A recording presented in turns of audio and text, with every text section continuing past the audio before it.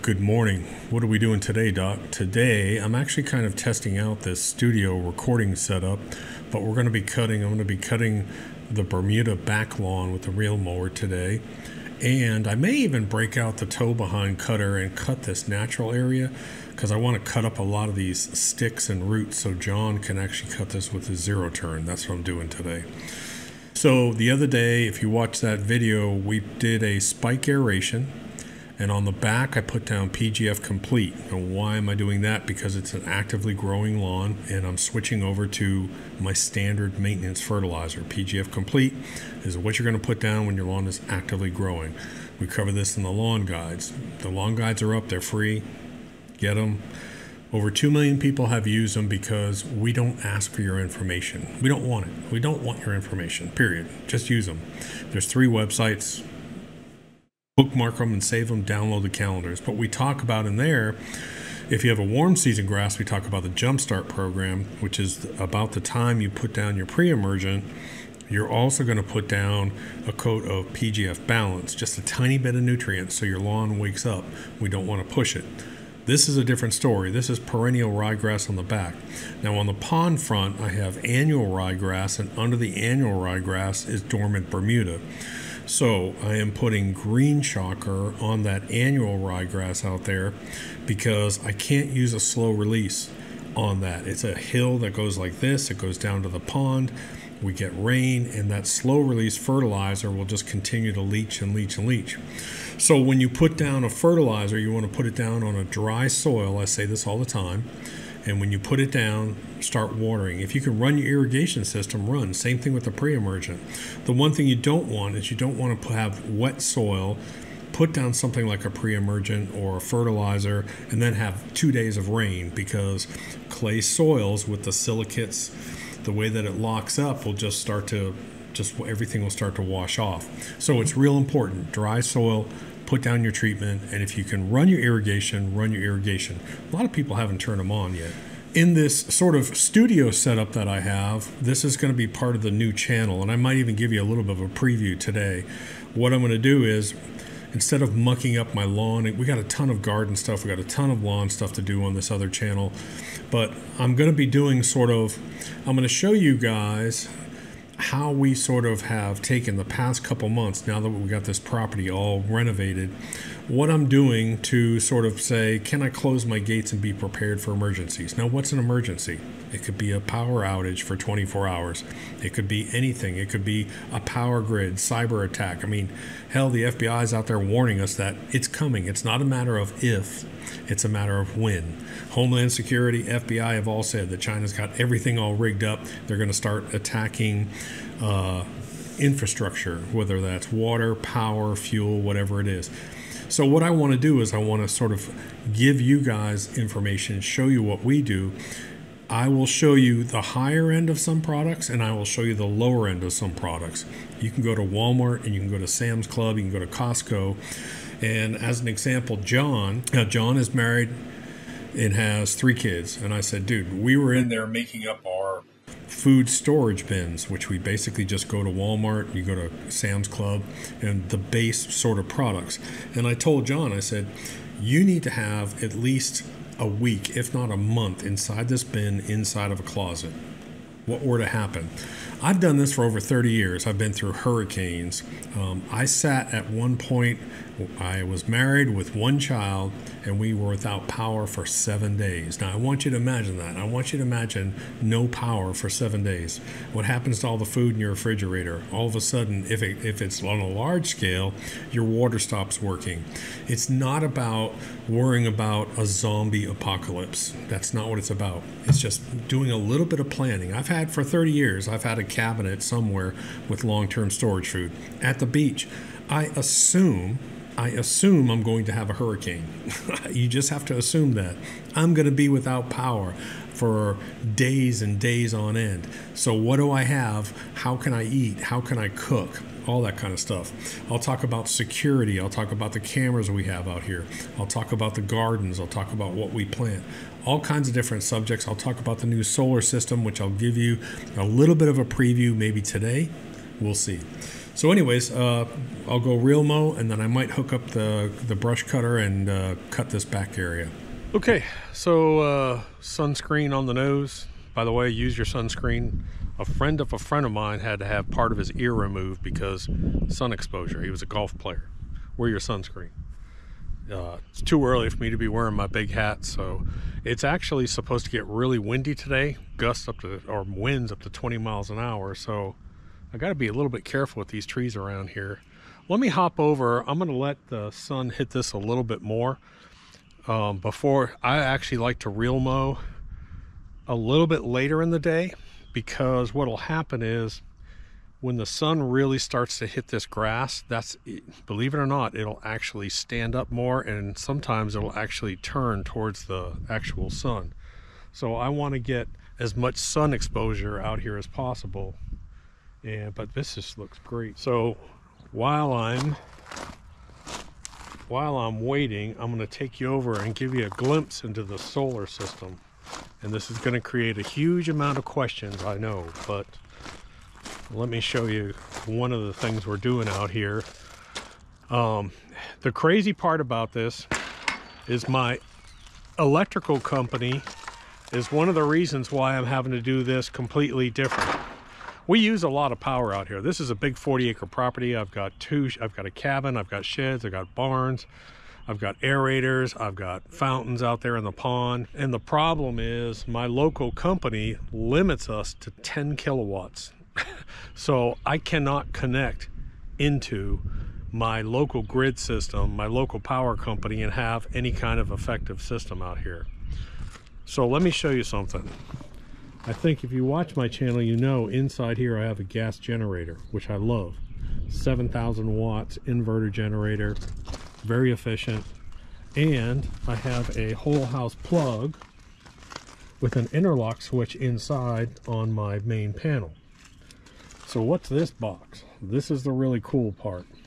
So I can plug in my gas generator here, go down, and now I'm running on gas.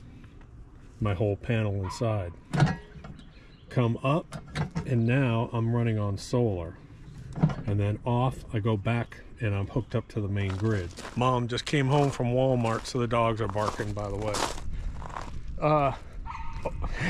Linda's out back barking. So on here, what we're gonna have is we're gonna have solar panels on this roof and even possibly the other roof. And the other roof, I'll angle them up a little bit. We'll have a big power station over here.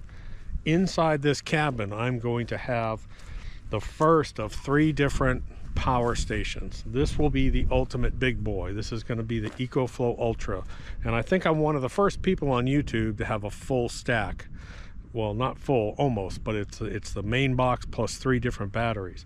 That's my main power hub. I can run this house, essentially I can run this whole house easily for 24 hours on this stack system out here. So in the event of a power outage, I can just simply go in here, shut off my HVAC system. We don't need that. We don't use it a whole lot, and basically run the house. Currently, I'm actually using, I just installed this and I wanted to test my layout. So I've got a foldable 400 watt panel out here. I just wanted to make sure that my cables were all set, because I actually had to make some cabling system, and temporarily I just got them sitting on the ground. But let me show you what happens over here. So this here is a junction box. I'm going to be running my solar into here. I got an additional ground rod I put in here. This will go inside, and inside there I also have another generator cord that you would normally see on the outside of a house, but it's on the inside. Okay, so excuse the mess, but this is the EcoFlow Ultra, and this is a 3-stack system right here. So I can turn this on, and what I do is I take a generator cord, plug the generator cord into here, and then plug it into this box right here. Now, what does that give me? That gives me, that actually runs all the way back to the house underground, and I can power my whole house over there, plus power this cabin over here too. It's actually a really cool setup. So I know a lot of people are going to comment and say, man, that's a lot of money. It actually isn't, because here's what happened.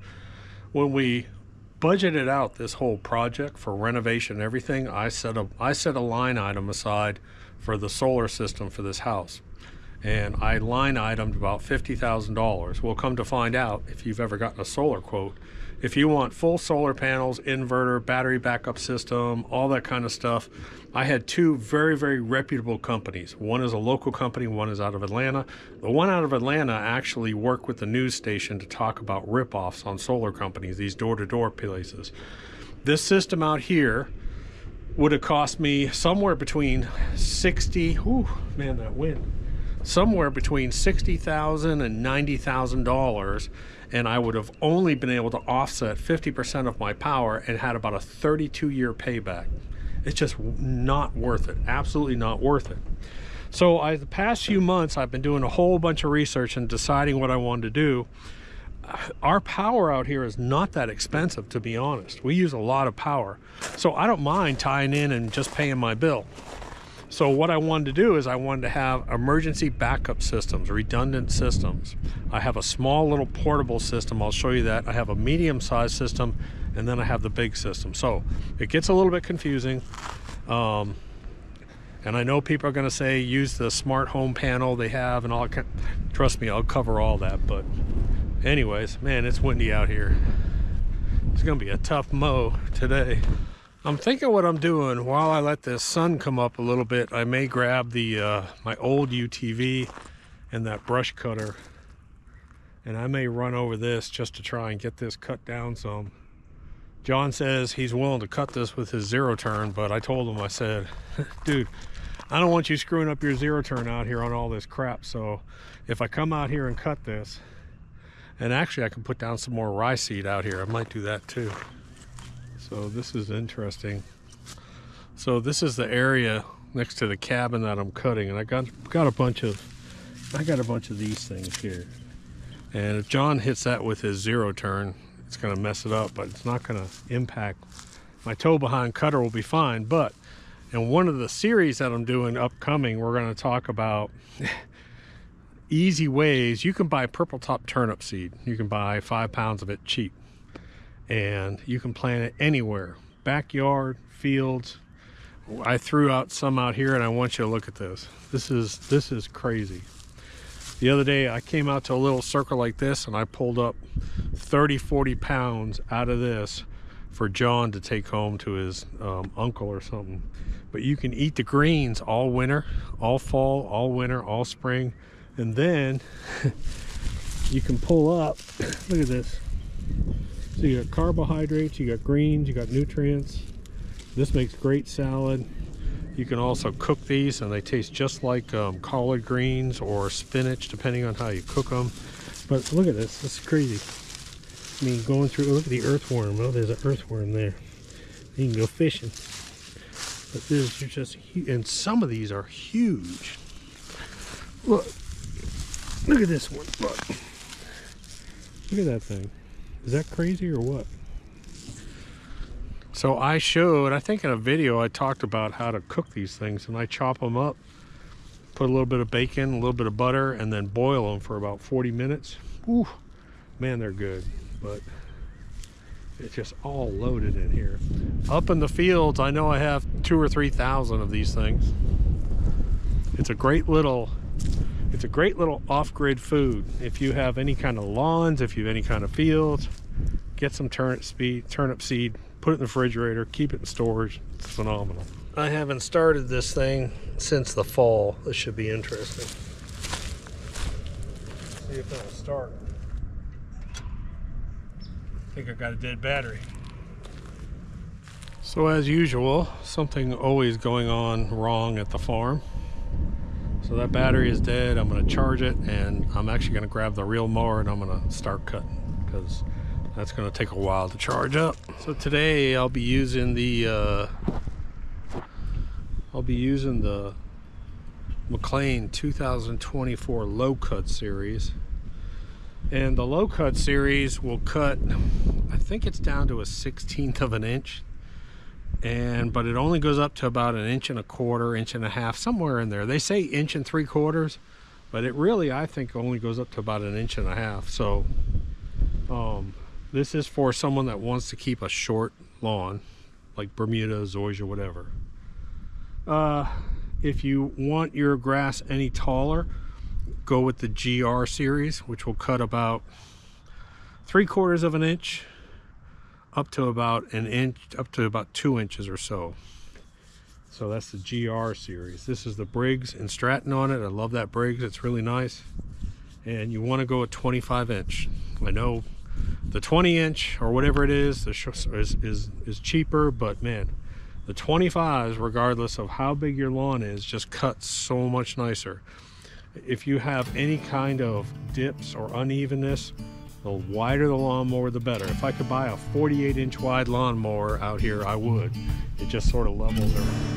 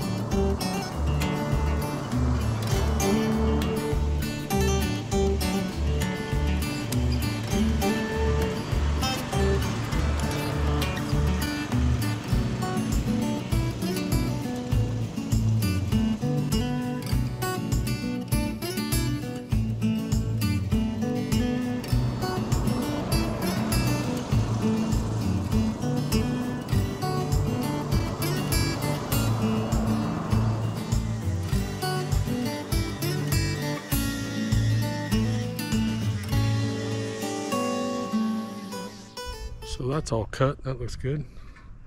Now let's go try and start this cutter again, see what the hell happens. Well, I got it to start finally after 2 hours of charging. I don't want to shut it off.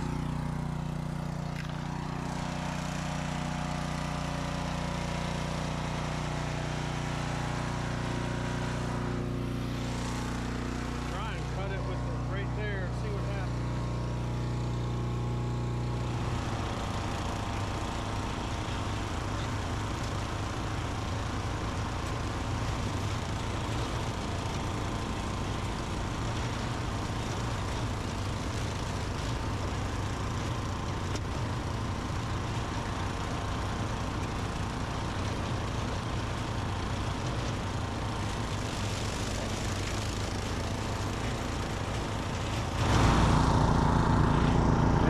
Turnips flying everywhere.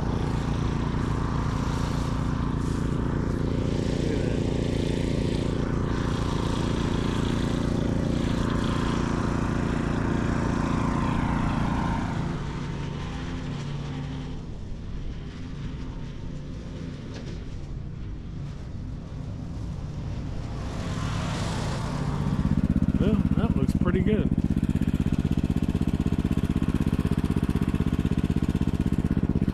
A lot better than I thought. Dude, look at all these turnips, man. That's crazy.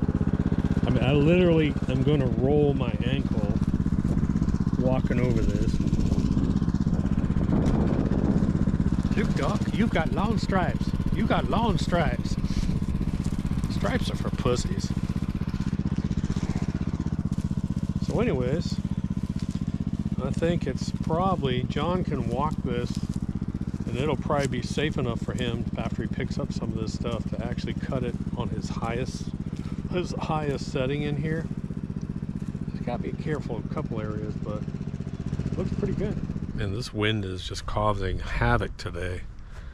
I can't believe we haven't lost a tree, but man, this just looks, doesn't that look great? So I had been feeding this with some green shocker. I used the spray on it, and then I switched over to PGF Complete. Now that you got PGF Complete down, I really don't have to put anything down here for several weeks. I did put a real light coat down, but it's getting late in the afternoon. I'm pretty tired, actually. Been doing a lot of projects, been picking up a lot of crap. I got crap blowing everywhere out here. But I'm gonna grab a fishing rod and I'm gonna go down. Cows are all out in the field. Man, there's gotta be 70 cows over there. Looks so pretty in the afternoon. I told my wife, man, that sunset's over there. That all turns golden. The cows actually have a sunlight glow off of them, and it's nice. Look at this grass out here. Doesn't it look great? I mean, that just looks amazing. From where this was a junk pile. It was all trees, trash, swing sets, gas tanks, gas grills. This was nasty when we bought this place. That is a pretty view, isn't it? That's from the back side of the pond. Man, it's beautiful. It's nice to have spring sort of roll around for a change, even though it's windy out here. Maybe I'll feed the fish while I'm here. Let's see if they come up. They're usually not that active this time of year. Ooh, it smells like fish.